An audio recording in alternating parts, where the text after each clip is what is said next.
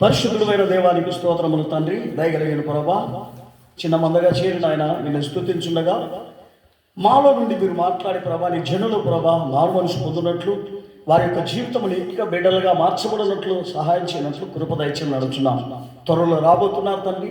ఆ నిత్య రాకడకు ప్రభా నాయన మమ్మల్ని మేము తగ్గించుకుంటూ నీ యొక్క సన్నిధానంలో ప్రభా నా తండ్రి నిన్ను చూస్తూ జీవించే గొప్ప కృప బలం మాకు ఒక్కొక్కరికి అనుగ్రహించమని మమ్మల్ని మేము తగ్గించుకుని దయగలిగిన హస్తానికి అప్పగిస్తున్నాం. నా తండ్రి వాక్యం నీ వాక్య ప్రకారం జీవించడానికి సహాయం చేయమని యేసు నామములో అడుగుచున్నాము తండ్రి. ఆమేన్. హల్లెలూయా, హల్లెలూయా. ఎఫెసీయులకు రాసిన పత్రికలో చెప్తున్నాడు, మీరు నీతిమంతులుగా మార్చబడాలా, మీరు నిజాయితీపరులుగా ఉండాలా అని చెప్పేసి 4వ అధ్యాయము 24వ వచనంలో ఆయన చెప్తాడు. మరి మన విశ్వాస జీవితంలో నీతిని మనము కనపరచాలా అంటాడు. దేవునికి స్తోత్రం. చదువుదా.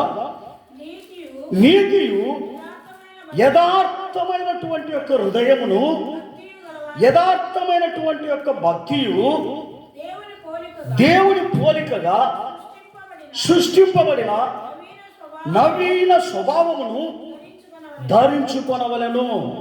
ఏమంటున్నాడు ఈయన? గమనించండి. దేవుని యొక్క పిల్లలైన తర్వాత వారికి ఉండవలసినది ఏంటంట? మొట్టమొదట నీతి, రెండోది యథార్థమైనటువంటి యొక్క భక్తి, యథార్థమైనటువంటి హృదయం. ఆ దేవుని పిల్లలకు ఉండాలని దేవుడు మనతో హెచ్చరిస్తున్నాడు. ఏదో దేవుని సన్నిధానానికి వెళ్తే ఏదో దేవుడు నాకు పుణ్యం ఇస్తాడో లేకపోతే నా కార్యములు జరుగుతాయో అని అనుకోవద్దు. నువ్వు ఫస్ట్ దేవునికి అప్పగించాల్సినది ఏందో తెలుసా? నీతిని. దేవునికి స్తోత్రం.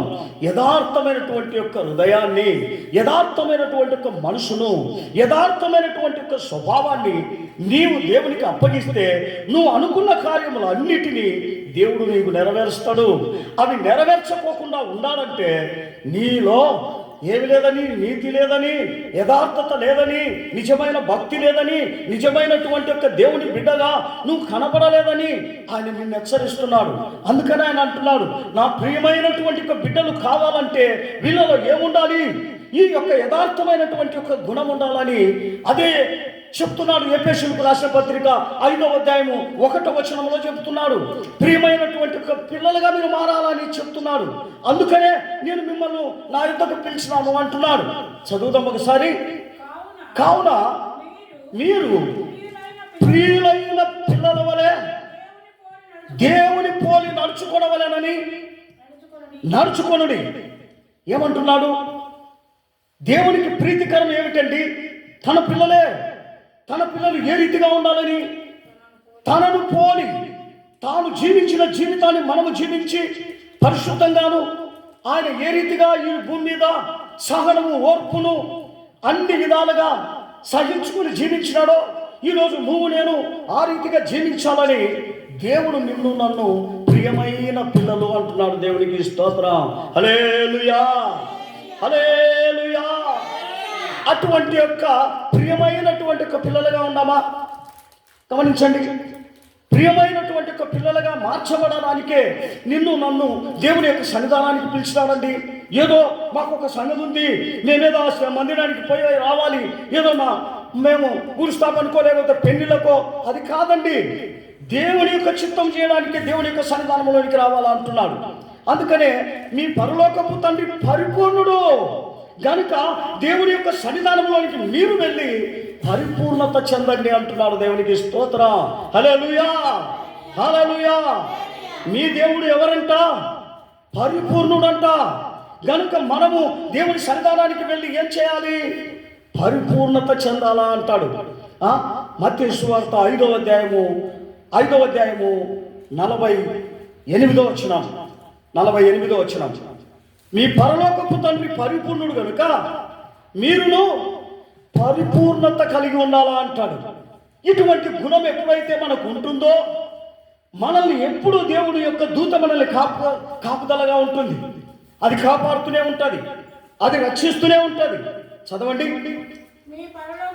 మీ పరలోకపు తండ్రి పరిపూర్ణుడు కనుక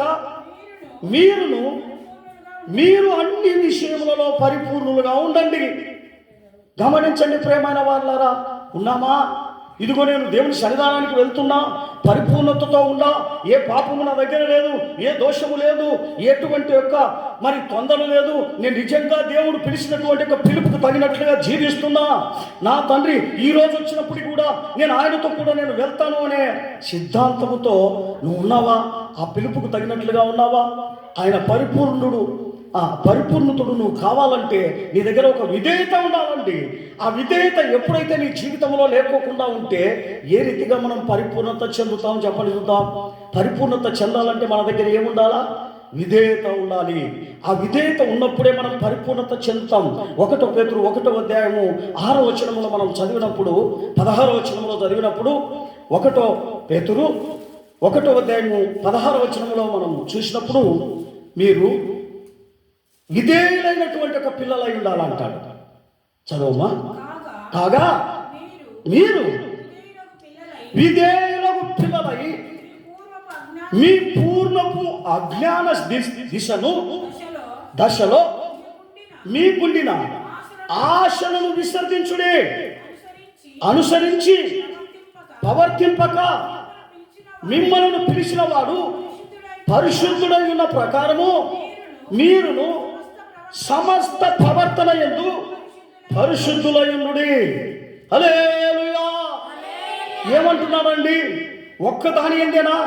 సమస్త ప్రవర్తన యందు, మనము మాటల యందు, క్రియల యందు, శాస్త్ర యందు, మన ఇంట్లో, మనం బయట ఎక్కడ చూసినా కూడా అన్ని విషయములలో మనం ఏమై ఉండాలి అంటున్నాడు? పవిత్రులుగా ఉండాలి అంటున్నాడు. ఇటువంటి ఒక పవిత్రత అయితే ఎప్పుడైతే మన జీవితాలలో ఉంటుందో మరి మనము ఎవరి బిడ్డలుగా మార్చబడతాం. అది ఇంట్లో కాదు, చర్చిలో కాదు. చర్చిలో ఉన్నప్పుడే కాదండి, బయటకు వచ్చినప్పుడు కూడా వీళ్ళు దేవుని పిల్లలే. వీరి దగ్గర ఏ దోషం ఉండదు, ఏ అన్యాయం ఉండదు, ఏ అక్రమం ఉండదు. మంచి దేవుని పిల్లలండి. వాళ్ళు విధేయత కలిగినటువంటి పిల్లలు, వాళ్ళు పరలోక రాజ్యానికి చెందినటువంటి వాళ్ళు. వాళ్ళ దగ్గర ఏ కపటము కనబడదు, ఏ యొక్క దోషము కనబడదు, ఏ గుసగుసలు కనబడవు. ఎవరి గురించి మాట్లాడేటువంటి యొక్క గుణగణాలు వీళ్ళ దగ్గర కనబడవండి. వీళ్ళు నిశ్చయంగా దేవునికి విధేయత పరులు అని చెప్తే ప్రేమ స్వరూపులుగా నువ్వు నేను ఉండాలని దేవుడు కోరుకుంటున్నాడు. అటువంటి యొక్క ప్రేమ నీ దగ్గర ఉందా? దేవుడు అంటున్నాడు, ఆ ప్రేమ ఎప్పుడైతే నువ్వు చూపిస్తావో నిశ్చయంగా నీకు ఆయన ఏం చేస్తానంటున్నాడు తెలుసా? నా ప్రేమ. ఇప్పుడు ఏమిటి ప్రేమ అంటే, ఏదో పెడితే పెడతాం ఏంట, వచ్చినప్పుడు ఏదో ప్రేమగా మాట్లాడతాం, ఇంకా అంతేగాని ప్రేమ ఎట్లాంటిదంట? శాశ్వతమైనటువంటి ఒక ప్రేమ. అటువంటి ఒక ప్రేమ మన దగ్గర లేదండి, కోల్పోయినాం. అదే ఎఫెసీయులకు రాసిన పత్రిక 2వ అధ్యాయం 5వ వచనం. ఎఫెసీయులు 2:5. ఎఫెసీయులు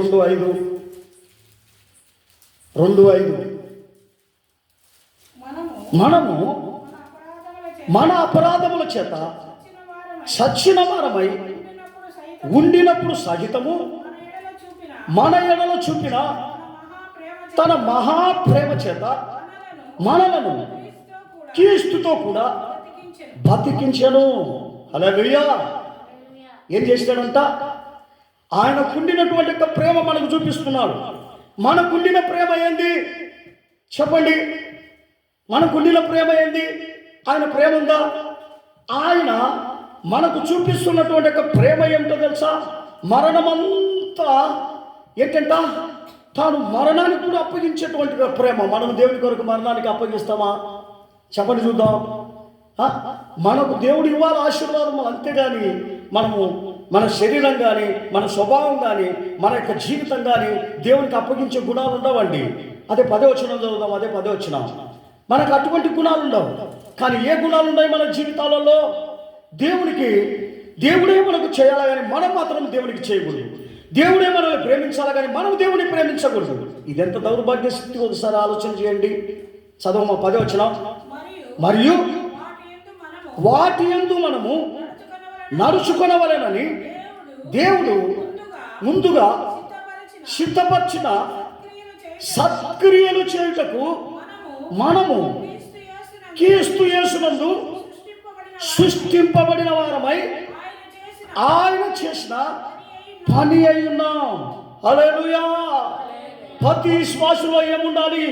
ప్రభువా, నువ్వు ఈ భూమిలో నాతని ప్రతి మనిషిని వెలిగించడానికి, ప్రతి మనిషిని పరిశుద్ధపరచడానికి, ప్రతి మనిషిని దేవాని యొక్క సన్నిధానంలో ఏ యొక్క నింద, ఏ యొక్క మరి అతనిలో దుష్ట స్వభావాలు లేకుండా చేయడమే నా చిత్తమని ప్రతి ఒక్క విశ్వాసి కంకణం కట్టుకోవాలండి.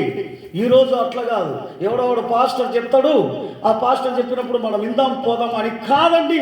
నిన్ను నన్ను ఏర్పరచుకునేది వాళ్ళు ఎవరండి? మనందరం కూడా దేవుని యొక్క పని అయి ఉన్నాం కనుక ప్రతి ఒక్కరికి దేవుని యొక్క పనిలో బాధ్యత ఉంది. ప్రతి ఒక్క విశ్వాసిలో కూడా దేవుని యొక్క సత్యములో నడవాలి, సత్యములో నడిపించాలి, ప్రతి మనిషిని దేవుని దగ్గరికి తీసుకురావాలనే చింత, ప్రార్థన జీవితం మనలో ఉండాలి. అది లేదండి. ఇప్పుడు నాకేం పట్టింది, ఎవరన్నా ఎట్లన్నా పోని, ఈ చింత ఉంటే దేవుని పని అయి ఉన్నావా నువ్వు? అందుకనే శరీర సంబంధులుగా కనబడుతున్నారు. దేవుడు అంటున్నాడు వీళ్ళు నా సంబంధులు అంటే ఈ యొక్క విశ్వాసులు శరీర సంబంధులుగా. శరీర సంబంధులు ఏంటి? కడుపు మంట, పగ, కక్షలు, భేదములు, అసూయలు, విమతములు, భేదములు ఇవన్నీ పెట్టుకున్న వాళ్ళంతా శరీర సంబంధంగా ఉన్నారు. ఈరోజు నువ్వు ఆ శరీర సంబంధంగా ఉండకోకుండా ఉండడానికే నిన్ను వాక్యం హెచ్చరిస్తుంది. రోమీయులకు రాసిన పత్రిక 8వ అధ్యాయము 4వ వచనం. రోమీయులకు రాసిన పత్రిక త్వరగా చదవాలి. రోమీయులకు రాసిన పత్రిక 8వ అధ్యాయం 4వ వచనం. రోమా శరీరమును అనుసరింపక ఆత్మను అనుసరించి నడుచుకోను మన యందు ధర్మశాస్త్ర సంబంధమైన నీతి విధి నెరవేర్చబడవలెనని పాప పరిహారం నిమిత్తం దేవుడు తన సొంత కుమారుని పాప శరీర ఆకారముగా పంపి ఆయన శరీరమందు పాపమునకు శిక్ష విధించుకొనెను. గమనించండి ప్రియమైన వాళ్ళారా, ఇవన్నీ మన కొరకు ఒక విశ్వాసి కొరకు చేసినాడు. మరి విశ్వాసి ఏం చేస్తా ఉంది? విశ్వాసి ఏ రీతిగా బలపడతా ఉంది? ఏ రీతిగా దేవునికి సహాయకరంగా ఉంది? దేవుని యొక్క పని ఏం చేస్తా ఉంది? ఒక్కసారి ఆలోచన చేయండి. మనం కూడా ఈ లోకంలో శరీర సంబంధంగానే ఉన్నాం, కానీ మన దగ్గర ఏం కనపడాలా? దేవుని యొక్క క్రియలు మన దగ్గర కనపడాలా? దేవునికి స్తోత్రం. ఎందు నిమిత్తం కనపడాలా దేవుని క్రియలు? దేవుని యొక్క స్వభావం ఎందుకు కనపడాలా? మరి మనము ఈ లోకపు యొక్క జనుల వలె మనం ఉంటున్నామే కానీ ఎవరి వలె మనం లేకుండా పోతున్నాం. ఈ యొక్క లోకాన్ని మనం చూస్తున్నాం, కానీ ఈ లోకపు యొక్క సంపద చూస్తున్నాం, ఈ లోకపు యొక్క జీవితాన్ని మనం చూస్తున్నాం, ఈ లోకపు యొక్క కార్యాలే మనం చూస్తున్నామే కానీ ఎవరిని చూడలే, దేవుని చూడలే, దేవుని యొక్క రాజ్యాన్ని మనం చూడకుండా పోతున్నాం. అందుకనే ఆయన అంటున్నాడు, కొలస్సీయులకు రాసిన పత్రిక 3వ అధ్యాయం 10వ వచనంలో ఆయన అంటాడు, ఈ లోకములో ఏముందండి? ఒక్కసారి ఆలోచన చేయండి. అన్ని విడిచిపెట్టిపోవాల్సినటువంటి యొక్క దినాలు ఆసనమైనవి. యేసుక్రీస్తు మనకి ఎందుకు ఈ రీతిగా ఆయన మనల్ని తన యొక్క స్వారూప్యంలో దేవుడుగా ఉండి పాపమంతా తన మీద మోసుకొని మనకు ఈజీగా పాపమును తుడిచిపెట్టేటువంటి ఒక రీతిగా మనల్ని లోకంలో పంపితే దేవుని పని ఒక్కటైనా మనం చేస్తున్నామా? ఒక్క స్వభావం మనం చూపిస్తున్నామా? ఒక్క దేవుని బిడ్డగా మార్చబడినామా? చదువుదాం ఒకసారి. కొలస్సీయులకు రాసిన పత్రిక 3వ అధ్యాయము 10వ వచనం. కొలస్సీయులకు రాసిన పత్రిక 3:10. ఒక్కరితో ఒకడు అబద్ధం ఆడొద్దంటాడు. ఏడనగా ప్రాచీన స్వభావము దాని క్రియలతో కూడా జ్ఞానము కలుగునట్లు దానిని ఎవరిని సృష్టించిన వానిని పోలిక చొప్పున నూతన పరచబడుచున్న నవీన స్వభావం కలిగిన స్వభావమును ధరించుకోమంటున్నాడు. ఏం ధరించుకోవాలంట? ఆయన పోలిక చొప్పున నవీన స్వభావం మనం ధరించుకోవాలా అంటాడు. ఆ స్వభావాలన్నీ నాకేం లేవు ప్రభా, ఊరికేదో ప్రార్థన పోయేసి వస్తా ఉంటా, నన్ను ఆశీర్వదించంటే ఆశీర్వదిస్తాడా? అది మన భ్రమే, గుడ్డితనం. ఎక్కడ చూడలే? దేవుని చూడడంలే. ఏం చూస్తున్నాం? మనకు వచ్చిన సమస్య చూస్తున్నాం, మనకు వచ్చే బాధలు చూస్తున్నాం, మనకు వచ్చే కష్టాలు చూస్తున్నాం, కానీ దేవుని చూసి నా యొక్క విశ్వాస జీవితం పరిశుద్ధంగా ఉంటుందా, నా విశ్వాసం దేవునికి సరిగా ఉంటుందా అని చూసుకోం. కానీ ప్రార్థనకు వెళ్ళి వస్తాం, సరిపోతుందా? చెప్పండి. ఆయన ఆ నవీన స్వభావం కావాలంటాడు. ఏ నవీన స్వభావం? మీరు మార్చబడాలా అంటాడు. మీరు పరపకపోతే ఎట్లా? మీ యొక్క జీవితము పాత స్వభావంలోనే ఉంటే ఎట్లా? దానిని మార్చాలా అంటాడు. అందుకనే రోమా 13:13 చదువుతాం మనం. రోమీయులకు రాసిన పత్రిక 13:13.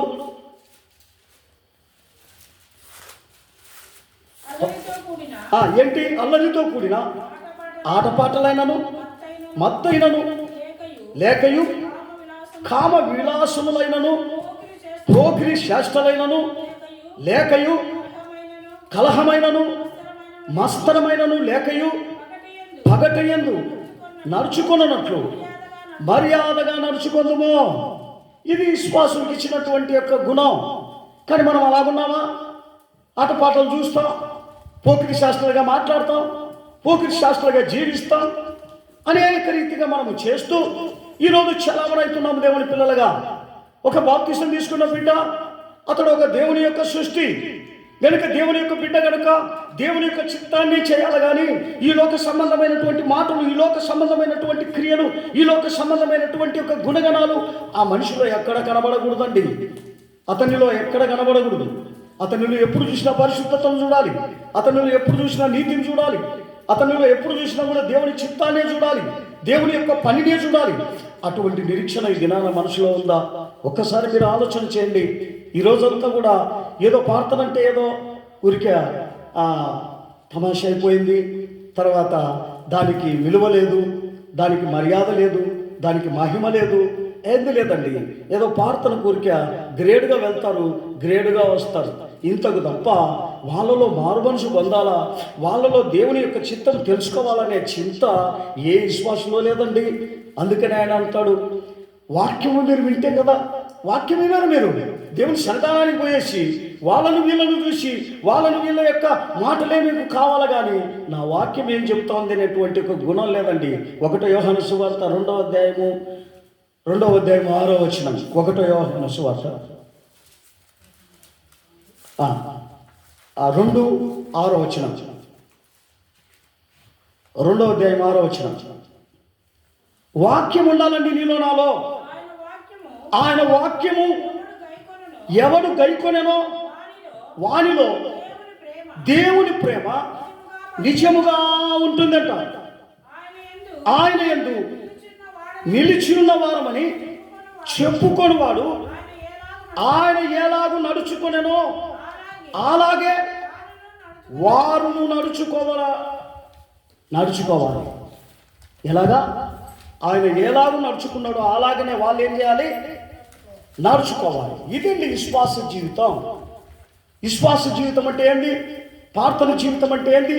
దేవుని సన్నిధానానికి వచ్చినానంటే ఏంది? దేవుడు ఏ రీతిగా నడుచుకున్నాడో నువ్వు నడుచుకుంటున్నావా? దేవుడు ఏ రీతిగా ఈ దినమ మనకు హెచ్చరించినాడో వాక్య ప్రకారం జీవిస్తున్నాడా? జీవించకోకుండా దేవుడు ఉన్నాడు, దేవుడు కాపాడాలి, దేవుడు రక్షించాలా? ఏ రీతిగా రక్షిస్తాడు? ఏ రీతిగా నువ్వు దేవుని బిడ్డగా మార్చబడతావు? ఒక్కసారి ఆలోచన చేయి. ఆలోచన చేయకోకుండా మరి మనము దేవుని దగ్గరికి పోతాం, దేవుడు ఏ రీతికి కాపాడుతాడు? నీ క్రియలు చెడ్డవి కనుక, నీ క్రియలు దేవునికి సమరూపముగా లేవు కనుక అవి దేవుడు నిన్ను రక్షిస్తాడని ఎట్లా అనుకుంటున్నావు?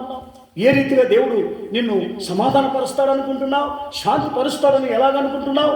అది ఎంత గుడ్డితనమో, ఎంత మూర్ఖత్వమో ఒకసారి మనం చూసుకోవాలి. 2 కొరింథీయులకు రాసిన పత్రిక 5వ అధ్యాయం 17వ వచనం మనం చదువుతాం. ఒక నూతనమైనటువంటి సృష్టి నీవు అంటున్నాడు. ఆ నూతన సృష్టిగా ఈరోజు ఉన్నావా? ఆ నూతన యొక్క మనిషిగా నువ్వు కనబడుతున్నావా? నూతన విశ్వాసిగా కనబడుతున్నావా? ఇదిగో ప్రభా, నేను బాప్తిసం తీసుకున్నా, నాలో ఏ దోషము లేదు, ఏ పాపము లేదు, నేను పరిశుద్ధుణ్ణి, దేవుని బిడ్డను అని చెప్పగలుగుతావా? లేదండి. ఈరోజు అంత రాజకీయాలు, అంత కుళ్ళు కపటము నిండిపోయింది. ప్రార్థన కూడా కుళ్ళు కపటమే, దేవుని యొక్క సన్నిధానం కూడా రాజకీయమే. ఇటువంటి యొక్క జీవితం చేస్తున్న నువ్వు నేను ఎట్లా నూతనమైన సృష్టి అవుతాం? చదువు. కాగా ఎవడైనను క్రీస్తునందున్న ఎడల వాడు నూతనమైన సృష్టి, వానిలో పాతయన్ని గతించాలి, ఇదిగో కొత్తవి కావాలి. హల్లెలూయా, హల్లెలూయా, హల్లెలూయా. ఏం కావాలంటే ఒక విశ్వాసలో ఏం కావాలి? యేసు ప్రభు దగ్గరికి వచ్చినాక, బాప్తిసం తీసుకున్నాక వానిలో పాత జీవితం గతించాలి, కొత్త జీవితము ఏం చేయాలి? రావాలి.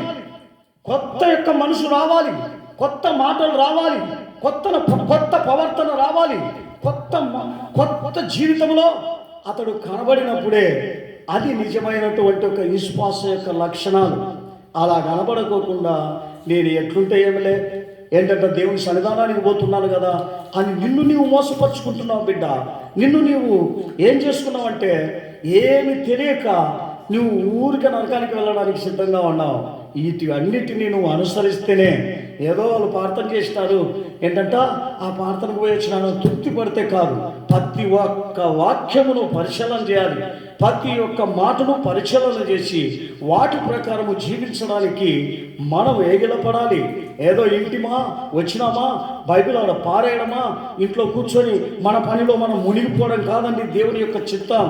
నీవు దేవుని యొక్క చిత్తం చేయాలంటే, దేవుని యొక్క రాజ్యానికి వెళ్ళాలంటే ఈ వాక్యాలు పరిశీలన చేయాలి, ప్రతి దినము నెమరు వేయాలి. దీనిలో ఏది మంచిది, ఏది చెడ్డది, ఏ దాంట్లో నేను తప్పిపోయినా, ఏ దాంట్లో నేను కరెక్ట్గా ఉన్నా అని నువ్వు ఏది కూడా చూసుకోలేకపోతే మనంత గుడ్డితనమైనటువంటి యొక్క విశ్వాసంలో మరొకరు ఉండరు. ఎఫెసీయులకు రాసిన పత్రిక 4వ అధ్యాయము 22, 23 చదివి నేను ముగిస్తా. ఎఫెసీయులకు రాసిన పత్రిక 4, 22, 23. కావున మునపటి ప్రవర్తన విషయంలో అయితే మోసకరమైన దురాశల వలన చెడిపోవు మీ ప్రాచీన స్వభావమును వదులుకొని మీ శుద్ధి యందు నూతన పరచబడిన వారై నీతియు యథార్థమైన భక్తియు కలవారై దేవుని పోలికగా సృష్టింపబడిన నవీన స్వభావమును ధరించుకొనుడి. ఏమంటున్నాడు? ఏదో పర్వాలేదు, నేను దేవుని సన్నిధానానికి పోయిచ్చినానా పర్వాలేదు అనుకుంటే సరిపోతుందా? నువ్వు ధరించుకోవాల్సింది ఏంది? నాలో ఒక నూతనమైన గుణాలు ఉన్నాయా, నూతనమైన స్వభావాలు ఉన్నాయా, నూతనమైనటువంటి జీవితం ఉందా, నూతనమైనటువంటి శరీరం ఉందా, నూతనమైన ఆత్మ ఉందా, నూతనమైనటువంటి ఒక కళ్ళు ఉన్నాయా, నూతనమైన చేతులు ఉన్నాయా, నూతనమైన కాళ్ళు ఉన్నాయా, నూతనమైనటువంటిది ఏది నన్ను బాధ పెడతా ఉంది? ప్రేమైన దేవుని బిడ్డ ఇవన్నీ చూసుకోలేకపోతే ఏ రీతిగా నువ్వు దేవుని బిడ్డ అనుకుంటున్నావు? ఏ రీతిగా దేవుని రాజ్యానికి వెళ్తున్నావు అనుకుంటున్నావు? ఇది చివరి దినాలు. ఈ చివరి దినాల్లో దేవుడు అంటున్నాడు, నా యుద్ధకు వచ్చిన వాడు తాను పరీక్షించుకోవాలి, తాను పరీక్షించుకొని నా శిలువను మోయాలి, నా ఆజ్ఞను మోయాలి, నా చిత్తం చేయాలి, నా పరిశుద్ధతలో నడవాలి అంటున్నాడు. అవన్నీ ఏం అవసరంలే. నేనేదో క్రైస్తవురాలుగా ఉన్నా గనుక మా అమ్మ క్రైస్తవులు, మా పితరులు క్రైస్తవులు, నేను క్రైస్తవులుగా ఉన్నానని మోసపోదు బిడ్డ. ఇది చివరి దినాలు. ఏ ఘట్టాన్ని ఆ ఘట్టమే కాపాడుకోవాలి, ఏ విశ్వాసిని ఆ విశ్వాసే కాపాడుకోవాలి. బిడ్డ తల్లిని కాపాడదు, తల్లి బిడ్డను కాపాడలేదు, భర్త భార్యను కాపాడలేదు, భార్య భర్తను కాపాడలేదు, ఎవరిని కాపాడలేము. మన ఘట్టాన్ని మనమే కాపాడుకోవాలి. ఇటువంటి ఒక నిరీక్షణ నీకున్నట్లయితే దయచేసి మన యొక్క జీవితంలో మనం ఒక మార్పు చెందాలని దేవుడు కోరుకుంటున్నాడు. మన జీవితాన్ని సరి చేసుకుందాం, మన ప్రవర్తనను సరి చేసుకుందాం, మనము దేవునికి అప్పగిస్తాం. ప్రభువా, ఈ చివరి దినాలలో నా జీవితము ఎలాగుందని నువ్వు పరిచయం చేసుకొని చూసుకోమంటున్నాడు. చూసుకునకుండా ఉన్నట్లయితే మోసపోతావు. దయచేసి పెద్ద మొక్కలు వేసి, ప్రభువా, నా యొక్క జీవితంగా పాత జీవితంగానే ఉందా, నా జీవితం ఇంకా నూతన పరచబడిందా, ఈ రెండింటిలో ఏది నా తండ్రి నా దగ్గర ఉంది అని నువ్వు చూసుకున్నట్లయితే నిశ్చయముగా నువ్వు బతుకుతావు, నిశ్చయముగా దేవుని యొక్క రాజ్యానికి వెళ్తావు. ఇవి ఏమీ చూసుకునకుండా ఏదో దేవుని సన్నిధానానికి పోయినా నాకు ఆశీర్వాదం వస్తుందిలే, ఏదో కానుక ఇచ్చినా, ఏదో దశభాగం ఇచ్చినా నన్ను వాళ్ళు పొగిడినారు, అలా పరలోక రాజ్యంలో లెక్కింపబడడం మోసపోదు. నిన్ను పొగిడినటువంటి యొక్క ఆ డబ్బులు పరలోక రాజ్యం చేరవు. ఆయన అంటున్నాడు, నీవు చేరాలంటే నీ మనసును ఎవరికి మార్చుకోవాలి? తగ్గించుకోవాలి, దేవుని ఇష్ట ప్రకారము జీవించాలి. కనుక అందరము దేవుని యొక్క మార్గంలో పెద్ద మొక్కలు వేసి, ప్రభా, నా జీవితంలో అటువంటి జీవితము నా తండ్రి నేను చేస్తున్నానా, నాలో అది కనబడతా ఉందా, నా ఇంట్లో ఎలాగుంది, సమాధానం లేకుండా ఉన్నానా, శాంతి లేకుండా ఉన్నానా, ఎట్లున్నాను ప్రభా, లేకుంటే బాగా నెమ్మదిగా ఉన్నానా, శాంతిగా ఉన్నానా? చూడండి, దేవుని బిడ్డవైతే అలాగే శాంతి సమాధానములతో ఉంటావు. కానీ దేవుని బిడ్డవు కాకోకుండా సమాధానము లేక అనుకున్న కార్యములు నెరవేరక అనుకున్న కార్యములు జరగక నీవు ఉన్నట్లయితే నీవు ఇంకా చీకటిలోనే ఉన్నావు, ఇంకా దేవుని దగ్గరికి రాలేదు, పాత స్వభావంలోనే ఉన్నావు, పాత యొక్క జీవితంలోనే ఉన్నావు. కనుక దయచేసి ఆ పాత స్వభావాలు తొలగించు, ఆ పాత జీవితం తొలగించు, ఆ పాత యొక్క నడవడికలన్నిటినీ పక్కన పెట్టి క్రీస్తు పరిశుద్ధులు కనుక ప్రభు పరిశుద్ధంగా మనం ఉండాలని మనం ఏగిల పడదాం. అందరం సమర్పిస్తాం, అందరం దేవునికి సమర్పిస్తాం.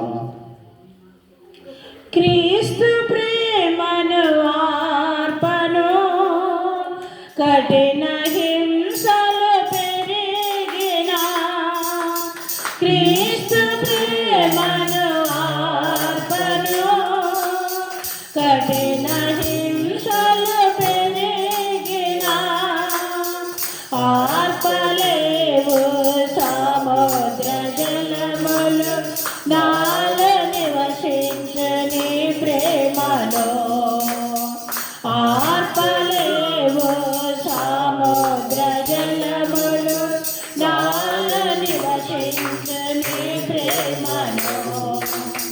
నా ప్రభువా నీ ప్రేమ ఎంతో మాధుర్యమే, నీ జీవమనిచిన పూర్ణాతయే. నా ప్రభువా నీ ప్రేమ ఎంతో మాధుర్యమే, నీ జీవమనిచిన పూర్ణాతయే. ప్రేమ కుమారుని రాజ్యమే చేయను శారణ మారణ, ప్రేమ కుమారుని రాజ్యమే చేయను శారణ మారణ. ప్రేమ ఎంతో పూర్ణాతరాన్ని ప్రియ యేసుని దర్శించను. హల్లెలూయా. ప్రేమ ఎంతో పూర్ణాతరాన్ని ప్రియ యేసుని దర్శించను. ఆమేన్, ఆమేన్.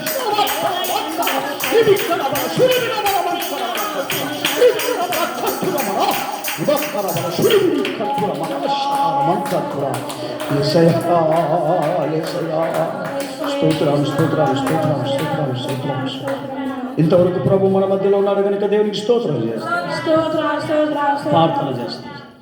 కృపా కనికరము గల దేవా మీకే స్తోత్రము నాయన, పరిశుద్ధుడా మీకే స్తోత్రము నా తండ్రి. అవును ప్రభా, యొక్క పరిశుద్ధ దినబంధనైనా సజీవులుగా మమ్మల్ని మీకు సన్నిధానములకు చేర్చిన ప్రభా, మీకు నామమును స్తుతించి గణపరచడానికి కృపను బట్టి కూడా మీకే స్తోత్రము నాయన. ఇంతవరకు కూడా ఆత్మస్వరూపునిగా మా మధ్యలోనికి వచ్చి ప్రభా మాతో మాట్లాడిన వాక్యం బట్టి కూడా మీకే స్తోత్రమయ్యా. ఆ యొక్క వాక్యము వెలుగులో ప్రభా మమ్మల్ని మేము నాయన పరిశోధించుకొని పరీక్షించుకునే కృపను కూడా మాకు దయచేసినందుకు స్తోత్రం ప్రభా. అవునా తండ్రి దేవా, నీతియు యథార్థమైన భక్తియు గలవారమై దేవుని పోలికగా సృష్టింపబడిన నవీన స్వభావాన్ని ధరించుకుని ప్రభా వాక్యంతో మాతో మాట్లాడిన తండ్రి. అవును ప్రభా, మీ పోలిక చొప్పున నా తండ్రి మేము నడవడానికి కూడా సహాయం చేయండి ప్రభా. అవునైనా మీ పోలిక చొప్పున మమ్మల్ని మీరు సృష్టించినారు ప్రభా. అయినను ప్రభా మీకు గుణములలో మేము ఉండక నా తండ్రి లోకానుసారమైన స్థితిలో ప్రభా లోకములో పడినైనా మేము నశించబోచున్నాం తండ్రి. ఆ యొక్క లోక క్రియలు మాలో ఉండకుండా నా తండ్రి మేమందరం కూడా నాయన యథార్థమైన భక్తి గల వారముగా నా తండ్రి మీకు సన్నిధానములో కనబడే కృపను కూడా మాకు దయచేయమని కూడా వేడుకుంటున్నాం నాదా. దయగల దేవా యేసయ్యా మీకే స్తోత్రం నాయన. అవును ప్రభా, మునుపైతే నాయన మా యొక్క ప్రవర్తనలో ప్రభా మేము మోసకరమైన వారము నాయన, దురాశల వలన ప్రభా మా యొక్క ప్రభా ప్రాచీన స్వభావం మేము వదులుకొని ప్రభా నా తండ్రి నూతనపరచబడిన వారముగా నా తండ్రి మీకు సన్నిధానంలో ప్రభా మేము నిత్యము కనబడే కృపను కూడా మాకు దయచేయమని కూడా వేడుకుంటున్నాము నాయన. దయగల దేవా యేసయ్యా మీకే స్తోత్రము నా తండ్రి. ప్రభా వచ్చిన బిడ్డలందరినీ కూడా ఒక్కొక్కరి పేరు పేరును ఆశీర్వదించండి, బలపరచండి ప్రభా. విన్న వాక్యానుసారంగా ప్రతి ఒక్కరు నడుచుకోవడానికి కూడా సహాయం చేయండి ఆయన. ఇప్పుడు నా తన ఆలోచన మీకు సన్నిధానంలో కనబడుతున్నారు ప్రభా. హృదయములను పరిశోధించే దేవుడు కనుక నా తండ్రి వారికి హృదయాలోచన ప్రకారం కూడా నాయన వారికి నెరవేరడానికి కూడా సహాయం చేయమని కూడా వేడుకొంచున్నాము నాదా. దయగల దేవా యేసయ్యా మీకే స్తోత్రము నాయన. సంఘమును ఆశీర్వదించండి, దీవించండి ప్రభా. ఇంకా అనేకమైన ఆత్మల రక్షణ పొందడానికి కూడా సహాయం చేయండి ప్రభా. మేము త్వరగా రాబోచున్న తల్లి ఇక రాగల మహిమల రాకడల ప్రభా. మేమందరం కూడా నిందా రైతులుగాను నిర్దోషుగాను నిష్కలంకులుగా ప్రభా మీకు నిత్య రాజ్యంలో చేరే కృపను మాకు దయచేయమని మా ప్రభుని మా రక్షకుడైన నాజరుడైన యేసుక్రీస్తు పరిశుద్ధ నామములో అడిగి వేడుకుంటున్నాం తండ్రి. ఆమేన్. ఆమేన్. స్తోత్రాలు స్తోత్రాలు స్తోత్రాలు. నా ప్రాణమా యెహోవాను స్తుతించుము, నా అంతరంగ సమస్తమైన పరిశుద్ధ నామమును స్తుతించుము. నా ప్రాణమా యెహోవాను స్తుతించుము, ఆయన చేసిన ఉపకారములను బట్టి. అందరూ దేవునికి స్తోత్రం చేస్తాం. హల్లెలూయా హల్లెలూయా హల్లెలూయా. అందరికీ స్తోత్రాలు. జై